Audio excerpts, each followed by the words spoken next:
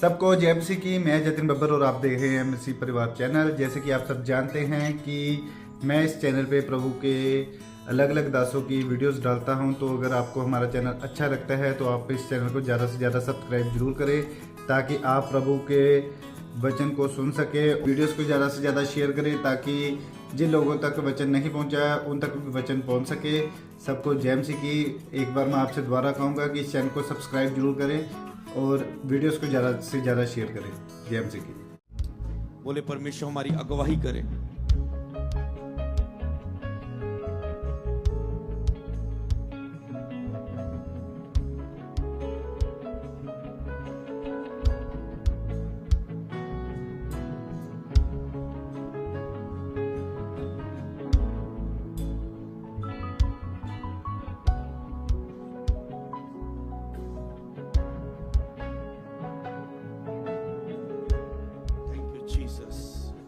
यीशु मसीह के नाम में मांगते हैं, बोले आमीन। तारीफ करें जोर से परमेश्वर की, जोर से।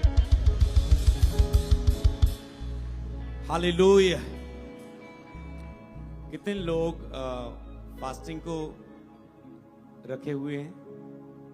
वाह, पूरी चर्च तारीफ करें इस बात के लिए यहोवा की, जोर से जोर से। कितने लोगों ने वो स्ट्रांग फास्टिंग रखी है कि 3 दिन 3 रात कुछ नहीं खाना, केवल पीना ही है जरूरत के अनुसार? वो लोग हाथ उठाएंगे।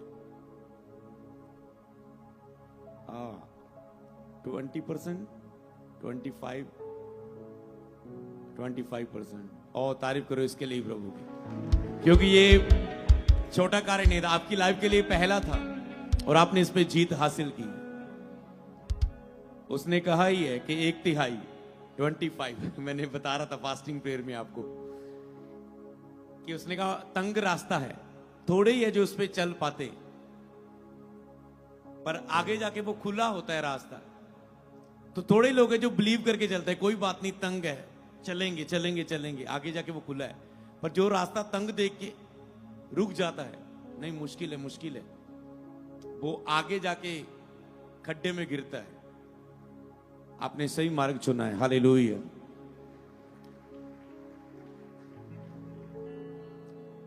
तो आज का जो टॉपिक आपके जीवन आप ले रहे हैं, ग्रहण कर रहे हैं, सामर्थ को ग्रहण करने का भेद जिसके द्वारा आप सब कुछ कर सकते हैं।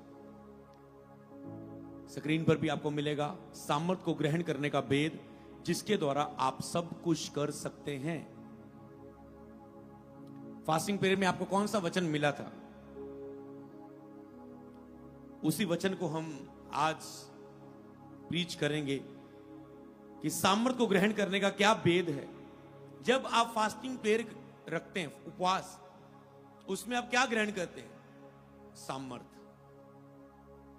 शरीरता से शरीर को ना कहने की सामर्थ, पाप को ना कहने की सामर्थ, अपनी कमजोरी से आजाद होने की सामर्थ, अपनी बीमारियों पर जीत हासिल करने की सामर्थ, दुष्ट आत्माओं पर जीत हासिल करने की सामर्थ, अपने हालातों से बाहर आने की सामर्थ, अपने जीवन में आशीष होने की और आगे बढ़ने की सामर्थ को आप ग्रहण करते हैं। तो सामर्थ ग्रहण करने का क्या भेद है जिसके द्वारा आप सब कुछ कर सकते हैं? सामर्थ मतलब तो किस सामर्थ की? जो परमेश्वर सामर्थ देता है तो वो कितनी बताता है, उसकी लिमिट क्या है? वो ये नहीं कहता कि मेरी सामर्थ कुछ कुछ कर सकती है। जब परमेश्वर की सामर्थ की बात करें तो वो सब कुछ कर सकती, बाइबल बताती है। और उसे हम फिलिपियों की किताब उसका 4:13 में देखते हैं कि जो परमेश्वर मुझे सामर्थ देता है उसमें मैं सब कुछ कर सकता हूं। यह हमें वचन मिला था और आज हम इससे आगे बढ़ेंगे कि जो परमेश्वर मुझे सामर्थ देता है उसमें मैं सब कुछ कर सकता हूं। तो सबसे पहले सामर्थ को ग्रहण करना, फिर उसे ग्रहण करने के लिए क्या करना, मैं बात करूंगा। सबसे पहले सामर्थ आपकी लाइफ में क्या कर सकती है? अगर मैं एक लाइन में बोलूं, सब कुछ। कई बार आपको लगता है मेरे जीवन की यह मुश्किल हल नहीं होती, मैं इस पाप से क्यों नहीं आजाद हो रहा हूं? मुझे नहीं लगता मैं इस दुष्ट आत्मा से आजाद होऊंगा, ये गंदे विचार से मैं आजाद नहीं हो पा रहा हूं, ये नशे से, ये विचार से, गंदा देखने से मैं आजाद नहीं हो पा रही हूं, मैं आजाद नहीं हो पा रहा हूं, ये पूरी कमी से, अपने क्रोध से, अपनी गाली देने से, अपने गुस्से से, अपनी इस बुरी आदत से, अशुद्ध चीजें खाने की आदत से। जब वो कोई भी बुरी आदत है आपको, फोन पर टाइम वेस्ट करने की, अधिक सोने की, कोई भी आपको चोरी करने की, कोई भी पाप क्यों ना आपके जीवन में हो, जब कोई भी बीमारी, कोई भी दुष्ट आत्मा का बंधन, अटैकर्स क्यों ना आपको फॉलो करते हो, आप कहते हैं इससे बाहर आना मेरे लिए बहुत मुश्किल है। पर बाइबल बताती है जो सामर्थ परमेश्वर देता है उसके द्वारा सब कुछ हो सकता है। हालेलुया। मतलब कि मैं मसीह के द्वारा सब कुछ कर सकता हूं जो मुझे बल प्रदान करता है। आप ऐसे अंगीकार करते हैं इस वचन की तरह कि मैं मसीह के द्वारा सब कुछ कर सकता हूं। बोले मैं मसीह के द्वारा सब कुछ कर सकता हूं जो मुझे बल प्रदान करता है। मतलब आपको बल कौन देता है? मसीह, यीशु मसीह, पवित्र आत्मा का बल। उस बल से जो आपको बल प्रदान करता है, कहते हैं मैं मसीह में सब कुछ, उस मसीह के, मैं मसीह के द्वारा, आप नहीं, मैं नहीं, ना तो मेरे बल से, ना तो आपके बल से निकल, ना तो बल से, ना शक्ति से। वो किसके बल की बात कर रहा है? वो तेरे और मेरे बल की बात कर रहा है।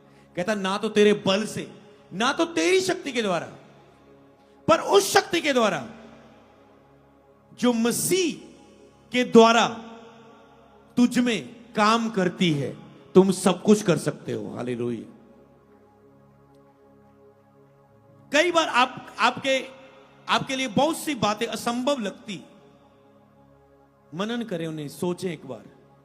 कुछ बातें जो आपके लिए बहुत असंभव लगती, कुछ हालात, कुछ बातें, कुछ पारिवारिक बातें, कुछ पर्सनली बातें जो आपके लिए बहुत ही संभव लगती, पर अगर आप बल प्राप्त करें जो समर्पण बलिदान के द्वारा मसीह से प्राप्त होता है, उसके द्वारा आप के लिए कुछ बात भी असंभव नहीं होगी। ये बाइबल बताती है, समझ पाए? मतलब आपके लिए वो असंभव लगती हैं बातें, तो सीक्रेट क्या है उस सामर्थ को ग्रहण करने का? समर्पण और बलिदान के द्वारा ये सामर्थ हमें मिलती है। समर्पण और बलिदान के द्वारा, चाहे समर्पण लो, चाहे बलिदान शब्द यूज करो, इसके द्वारा ये सामर्थ हमें मिलती है। आज मैं जब आ रहा था परमेश्वर, मैंने महसूस किया कि परमेश्वर अपनी कलीसियाओं को अपने पर निर्भर नहीं कर रहा है। परमेश्वर अपने लोगों को बलिदान पर, समर्पण पर, फास्टिंग पर, प्रेयर पर, पवित्रता पर निर्भर कर रहा है, ताकि अंत के दिनों के लिए ये तैयार रहे। जब शैतान का पाप चलते हुए दिनों में भी बढ़ोतरी के साथ आए, ये मैच्योर हो जाए। प्रभु आपको एक प्रार्थना के उत्तर से दे सकता है, पर उसने ऐसा जरिया क्यों रखा कि तुम समर्पण दो, तुम प्रार्थना करो, तुम पवित्रता में रहो, तुम मेरे वचन की आज्ञाकारी करो, मैं तेरे लिए करूंगा। तुम मुझ में बने रहो, तुम प्रेम करो आपस में, तुम आज्ञाकारिता में बने रहो, मेरे प्रेम में बने रहो, अधिकारों को अपने उपयोग करो। तो परमेश्वर अपनी कलीसियाओं को तैयार कर रहा है, क्योंकि आने वाले संकट के समय बहुत बड़े हैं। जब आपकी संतान बड़ी होगी, सोचो अगर माता पिता आत्मिक नहीं है, जय पाए हुए नहीं, आपके बच्चे भी लड़ नहीं पाएंगे उन हालातों से। अगर आपने, माता पिताओं ने, आज के जूथ ने जीता है 3 दिन फास्टिंग, 21 दिन फास्टिंग, 40 दिन फास्टिंग, पवित्रताई 6 महीने की, पवित्रताई 3 महीने की, पवित्रताई 1 साल की, पवित्रताई खड़े रहने वाली, कभी ना गिरे वाली, जब आप उसमें जीते हासिल करेंगे, एक आत्मिक योद्धा बनेंगे, एक स्पिरिचुअल कलीसिया बनेगी। आपको पता है मसीह में मैंने देखे पास्टर्स, लोग जो ढीले विश्वासी हैं, आसपास देखते हैं उनकी लाइफ को पूरी तरह से, जैसे क्या शब्द यूज करें कि लाइफ में वो पूरी तरह से दुखी है, क्योंकि वो ना तो आत्मिक अगुवाई के नीचे, ना तो अनॉइंटिंग के नीचे, ना एक मसा की हुई जीवित चर्च में, ना ही तो परमेश्वर के वो भवन में निरंतर है, ना ही वो वचन और प्रेर की संगति में। और प्रेशर है उनकी लाइफ में, खाली है उनकी लाइफ, मर रहे हैं वो दुखों में। पर परमेश्वर नहीं चाहता आपके साथ ऐसा हो। परमेश्वर चाहता है आप बलवान हो, क्योंकि आपके बच्चे आपकी संगत से ही बनेंगे। वो जो आज आपको फास्टिंग करते देखेंगे, आप वो बच्चे भी वैसे बनेंगे। 3 दिन से आपके घर में खाना नहीं बना, कितना सुंदर लग रहा होगा, कितना आत्मिक लग रहा होगा। हाँ, सारे फ्री, वाइफ भी फ्री, जो सारा दिन हस्बैंड के लिए खाना बनाने में लगी रहती है। हाँ, 10-10, 15-15 मेंबर्स का 3 टाइम खाना, मतलब 3 घंटे तो आप यही फ्री हो गए। आपके 3 घंटे खाने पिलाने में लग जाते। सुबह का खाना, दोपहर का खाना बनाओ और खाने का टाइम मिला के देखो तो वो 1-2 घंटे का काम है। इसका मतलब कितने घंटे आपके बच गए थे प्रभु के साथ बैठने के लिए। हालेलुया। तो समझ पा रहे हैं कि आपको ऐसा जीवन जीना है, क्योंकि आपकी आशीष आपके वंशों तक रहेगी। आपके बच्चे, नाती पोते, आपके बच्चों के भी बच्चों तक वो आशीषें रहेंगी। तो आपको याद रखो, आज का जीत हासिल करो, एक बलवान बनो, आत्मिक स्पिरिचुअल बनो, क्योंकि उसका फायदा आपकी लाइफ में भी और आपके वंश पर भी होगा। क्योंकि बुरी संगत अच्छे चरित्र को बिगाड़ देती है और अच्छी संगत बुरे चरित्र को सुधार देती है। हालेलुया। तो यहां पर तो परमेश्वर लोगों को निर्भर करना चाहता कि वो ऐसा जीवन जिए, तैयार कर रहा है कलीसियाओं को और समझाना चाहता है कि वो ऐसा जीवन जिए। तो कलीसिया को समझ जाना है 2025 में कि यही हमारी लाइफ है। हम मसीह हैं, हम मरे हुए अपने आप के लिए। जब हमने बपतिस्मा लिया था तब भी हम अपने आप के लिए मर चुके थे, और आपकी आशीष बढ़ोतरी इसी में ही है जब आप एक मरे हुए जीवन के समान चलें। मरे हुए को भूख नहीं लगती, मरे हुए को शरीर का अभिलाषाओं का कोई फिक्र नहीं, मरे हुए को ये नहीं है कि मुझे ये प्यार से नहीं बुलाता, मुझे ये बुरी, इसने मुझे गाली दे दी, इसने मुझे गुस्से से ये बोल दिया। मरे हुए व्यक्ति को कोई फर्क नहीं पड़ता घर में क्या हो रहा है। मरे हुए व्यक्ति को किसी बात का कोई फर्क नहीं पड़ रहा है, आसपास हो रहा है क्या, कौन उसे क्या बोल रहा है, कहां उसकी बेइज्जती होगी, कहां किसी ने उसे एक बात बोल दी। मरे हुए वॉलंटियर को किसी बात का फिक्र नहीं होगा, इसने वॉलंटियर ने ये बोल दिया मुझे, इसने ये कर दिया वो कर। मरा हुआ व्यक्ति जियो एक मरे हुए के समान। जब भी कोई बात आए आपकी लाइफ में, जब भी कोई आपको गुस्सा करता हुआ, नाराज होता हुआ, चिंता करता हुआ, डरा हुआ मिले, उन्हें बोलो आज से तू अब भी जीवित है अपने आप के लिए, और उसे अलर्ट कराओ अपने परिवार में, तू अब भी अपने आप के लिए जी रहा है, अपने इमोशन के लिए। तूने मुझे ऐसा नहीं बोलना चाहिए था। तो पति पत्नी का यही मसला रहता है कि तू मुझे समझ, तू ऐसा किया कर, ऐसा किया कर। आज से आपको ये कहना है, तू ये ऐसा मर्जी कर, मैं तो मरा हुआ हूं अपने आप के लिए, तू मुझे कोई फर्क नहीं पड़ने वाला, पर तू अपने आप के लिए सुधर जा। समझ पा रहे ना, तेरा इसी में भला है। आप कंप्लेंट करते हो, इमोशनल दुखी होते हैं, फिर इमोशनल दुखी होते हैं। इसीलिए आज से आपको फॉलो करना है पहला वचन 2025 के लिए मार्गदर्शन, कि आप एक मरे हुए व्यक्ति के समान चलेंगे। मरे हुए व्यक्ति को भूख प्यास का कोई मतलब नहीं है, मरे हुए व्यक्ति को कोई बेइज्जती का कोई फर्क नहीं है, मरे हुए व्यक्ति को कोई क्या बोल रहा है, मरे व्यक्ति के लिए वो अपना फ्यूचर की नहीं चिंता करता। आए तो मेरा फ्यूचर, मेरा वीजा, मेरी मैरिज, मेरा ये कदों होएगा, मेरा वो कदों होएगा। जिस दिन तुम मरा हुआ जीवन जीना लगे, उसने वायदा किया है तुम मुझ में बने रहो अपने आप के लिए मर के, और मेरी बातें तुम में बनी रहे, तो जो चाहो मांगो तुम्हारे लिए हो जाएगा। मेरे राज्य और धार्मिकता को खोज, सब चीजें तुम्हें पीछे पड़कर मिलेगी। आपको पता है, आपको ये चीज समझ लेनी, हमने तो सेवकाई में समझ लिया, और जो आज समझा है वो पहले सालों में नहीं समझ गए हम। ये लाइफ ऐसी ही है, मरना पड़ता है। कई बार हम भारत में कई क्रूसेड मीटिंग में आप जाएं, हम तो कई बार पूरा सफर करके जाना होता है, प्लेन में जा रहे हैं, उसके बाद 2-3 घंटे गाड़ी का सफर करके जा रहे हैं। पूरे दुनिया में घर में फास्टिंग इजी हो जाती रखनी, पर जब आप पूरे एयरपोर्ट में जा रहे हैं, अच्छे अच्छे खाने हैं, अच्छी अच्छी चीजें हैं, कई बार प्लेन में सुंदर खाने होते हैं, तो जब कई बार एक दिन हम क्रूज मीटिंग करके निकले भारत में, और टीम सारी रुक रुक के खा रही है और मैं शांत। मैंने कहा मेरी फास्टिंग है। क्रूज मीटिंग हो भी गई, मैंने कहा मेरी फास्टिंग है, क्योंकि होने के बाद तक भी रखी। समझ पा रहे हैं? मैं आपको सिखाना चाहता हूं, ऐसा ही जीवन जीने से हम आगे बढ़ पाएंगे, और कुछ रास्ता नहीं, और कोई। आपको समझना है ये। आप कहते क्यों करना पड़ रहा है ये? यही करना पड़ेगा, यही करना पड़ेगा। और पहले आपको ये मुश्किल लगेगा, बाद में आपकी ये रूटीन बन जाएंगी, आपका लाइफस्टाइल बन जाएगा। हालेलुया। बाद में आपकी ये लाइफस्टाइल बन जाएगा। आप देखेंगे दूसरों से अधिक आप खुश होंगे, दूसरों से अधिक आप बलवान होंगे, दूसरों से अधिक आप तंदुरुस्त होंगे, दूसरों से अधिक आप ब्लेस्ड होंगे, अमीर होंगे, क्योंकि मसीह में की मेहनत व्यर्थ नहीं।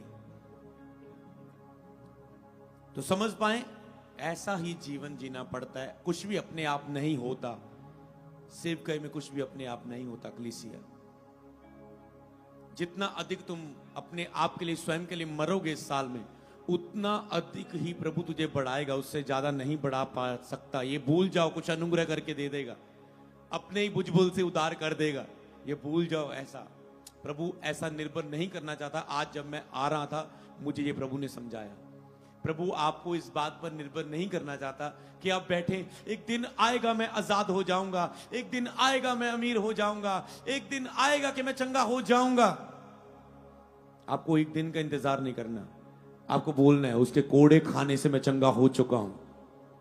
हालेलुया। आपको उसे आज अभी के समय में रिसीव करना है। आपको आशा रख के केवल बैठे नहीं रहना, आपने अपनी विश्वास की प्रार्थना का उत्तर रिसीव करने वाली कलीसिया बनना है 2025 में। एक दृढ़, एक मजबूत। तो उसके लिए ये वचन आपको फॉलो करने हैं। तो जो परमेश्वर आपको सामर्थ्य देता है, कहता है यूहन्ना 14:12 में लिखा है, मैं तुमसे सच सच कहता हूं, जो मुझ पर विश्वास रखता है, जे काम जो मैं करता हूं वह भी करेगा, वरन इससे भी बड़े बड़े काम करेगा, क्योंकि मैं पिता के पास जाता हूं। बोले आमीन। ओके, उस सामर्थ्य के द्वारा मैं सब कुछ कर सकता हूं जो मसीह मुझे देता है। तो यहां भी ये वचन यूहन्ना का भी बोलता है, जो मुझ पर विश्वास करता है जे काम करेगा, इससे भी बड़े काम करेगा। ये क्यों दिया वचन उसने? मतलब तुम बिलीव करो कि अगर तुम प्रभु के साथ व्यक्तिगत रिश्ता मजबूत करो और उस सामर्थ्य को ग्रहण करो जो मसीह के अंदर है, तो तेरी लाइफ का कुछ भी मसला क्यों ना है 2025 में हल होना ही पड़ेगा। वो मैरिज है, वो बेबी है, वो नशे से छूटना है, वो पति का नशे से छूटना है, वो क्या है आपका मसला, वो कर्जे से आजाद होना है, वो लाइफ में ब्लेस होना है, उसे होना पड़ेगा। आज इस विश्वास से भर जाओ। मतलब प्रभु ने कहा इससे भी बड़े काम करोगे अगर वो सामर्थ जो मुझ में है पाने की तुम चाहत रखोगे, तुम इससे भी बड़े काम करोगे। इसका भेद है कि अगर तुम जो सामर्थ मुझ में है, जीसस कहता है, अगर तुम उसे पाने की चाहत रखो, समर्पण दो, बलिदान दो। हर पास्टर इसकी खोज में लगा हुआ है। कलीसिया, आपको भी यही करना है, आपके लिए कुछ अलग नहीं। हर पास्टर इसके लिए खोज में कि मैं अधिक से अधिक मरूं। और मैं पौलुस की लाइफ पढ़ रहा था, वो कहता है मैं अब अधिक मरता हूं, मैं ये करता हूं, मैं वो करता हूं। उसकी लाइफ के आप 10 बातों को आप देखेंगे, ऐसी स्ट्रांग बातों को, और तो बहुत सारी मैंने पढ़ा कि जिसमें वो कहता है मैं करता हूं, मैं ऐसा करता हूं, मैं ऐसा करता हूं, मैं ऐसा करता हूं। इसीलिए उसकी लाइफ में सामर्थ्य। मतलब कहता है अगर तुम चाहत रखो उस सामर्थ्य को पाने की जो मुझ में है, समर्पण और आज्ञाकारिता से, जो कहता है समर्पण और आज्ञाकारिता से अगर तुम उस सामर्थ्य को पाने की चाहत रखो। सामर्थ्य को पाने की चाहत कैसे रखनी? ऐसे, मैं बहुत चाहत रखता हूं, मुझे सामर्थ्य चाहिए, सामर्थ्य चाहिए, मैं बहुत चाहत रखता हूं, बहुत प्यासा हूं, बहुत भूखा हूं, कहने से नो। भूख को कर्मों के द्वारा साबित करने से, समर्पण देने से, बलिदान देने से। आपको अपनी लाइफ की लिस्ट बनानी है 2025 में मैं कैसा चलूंगा, मेरे समर्पण कैसे होंगे पूरे साल भर, आपके समर्पण कैसे होंगे, तो आपको लिखना है उसे। कुछ चीजें आप पूरा नहीं पहले नहीं फाइनल कर सकते कि 2025 के हफ्ते में हर 5 उपवास रखूंगा मैं, आप रख सकते हैं ऐसा समर्पण करके, पर आपको कुछ समझ के लेना है कि मुझे इतना तो करूंगा। आप पूरा 2025 फास्टिंग में रहूंगा तो नहीं बोल सकते, पर आपको कुछ लिखना है, रखना है कि हफ्ते में 2 उपवास रखूंगा, 2 3 रखूंगा, 4 रखूंगा, महीने में 1 इतना रखा करूंगा। आपको देखना है आपकी स्पिरिचुअल लाइफ पिछले साल कैसी रही। हम अपनी लाइफ का शेड्यूल बनाते हैं, पिछले साल कैसी रही, इस साल उसमें क्या कौन से बदलाव करे, क्या अधिक करे, वही तो हमारे समर्पण होंगे, वही तो फैसले होंगे इस साल के लिए। तो फिर उन्हें लिखे, उन्हें याद रखे जब आप चल रहे उसमें। हालेलुया।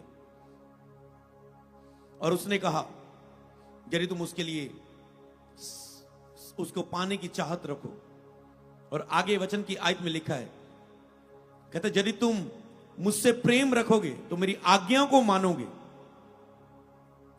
मैं पिता से विनती करूंगा और वह तुम्हें एक सहायक देगा जो सर्वदा तुम्हारे साथ रहे। सामर्थ देने वाला सहायक पवित्र आत्मा कहता है मैं पिता से विनती करूंगा कि वो तुझे दे। यदि तुम मुझसे प्रेम रखो तो मेरी आज्ञा को मानोगे। मतलब आज्ञाकारिता का जीवन जीना होगा आपको 2025 में। वचन की आज्ञाकारिता, वचन को तोड़ना नहीं है। जितना मर्जी कुछ भी हो जाए, कितने भी दुखी क्यों ना, कितना ही प्रेशर क्यों ना हो, वचन से बाहर काम नहीं करना। कोई वचन से बाहर कोई डील नहीं करनी, वचन से बाहर कोई पाप नहीं करना, वचन से बाहर कोई चीज नहीं एक्सेप्ट करनी, वचन के बाहर कुछ नहीं, रिश्तेदारी में कोई काम नहीं, वचन के बाद कोई मैरिज रेंट नहीं, वचन के बाहर कुछ नहीं। आपको आज्ञाकारिता में रहना है हर हिस्से में। कहते मुझसे प्रेम रखोगे, आज्ञा को मानोगे तो मैं सहायक दूंगा।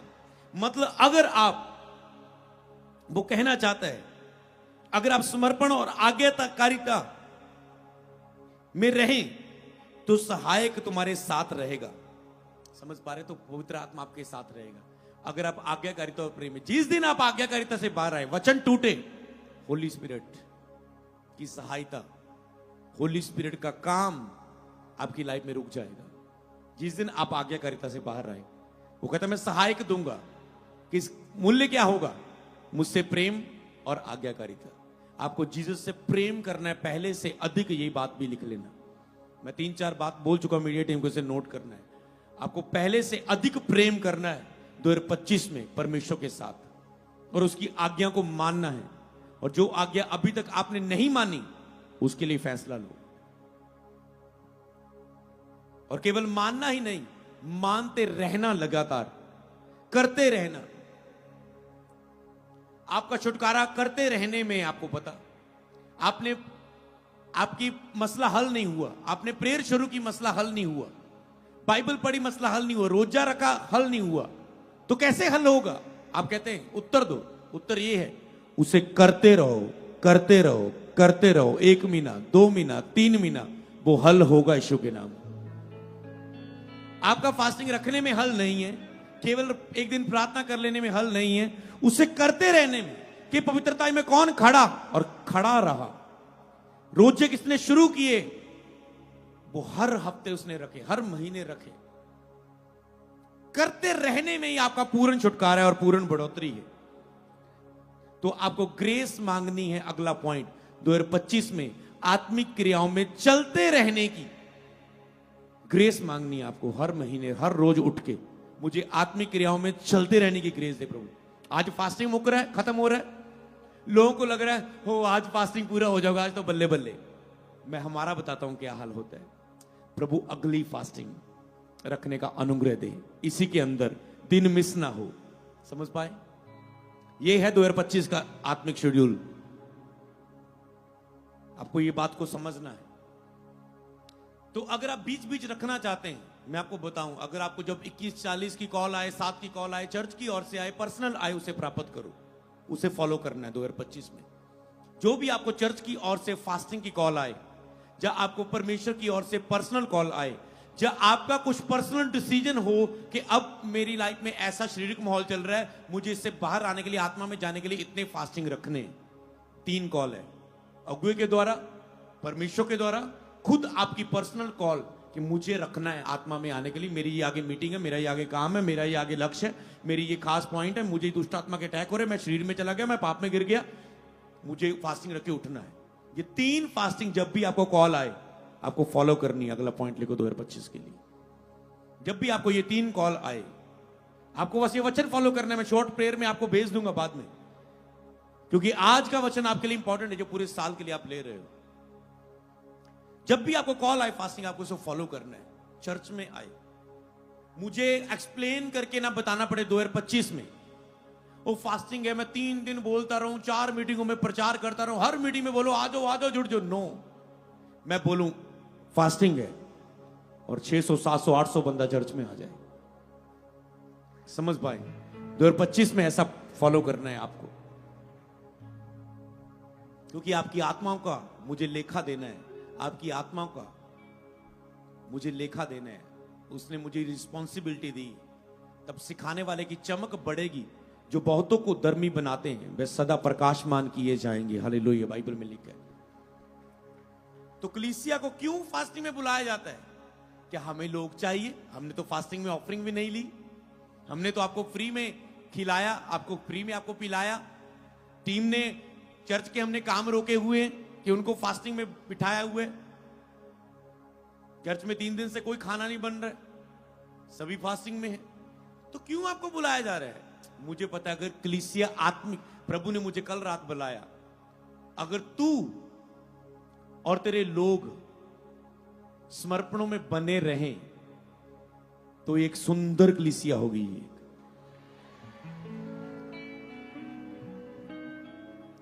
अगर ये लोग बने रहे मेरे प्रेम में, मेरी उपस्थिति में, परमेश्वर ने कहा इन लोगों को बस मेरी उपस्थिति के साथ जोड़, सब कुछ इनके जीवन में हो जाएगा। और मैं फास्टिंग में आपकी क्या कर रहा था? अगवाही कर रहा था कि आप प्रभु की उपस्थिति के साथ जुड़े। अगर एक कलीसिया प्रभु के साथ जुड़ी हुई है तो सब वो एक सेफ कलीसिया होगी, सेफ होगी, वो सुरक्षित है और वो बढ़ोतरी करेगी। समझ पाए? तो आपको बार बार उसको चीज को समझ के आगे बढ़ना है।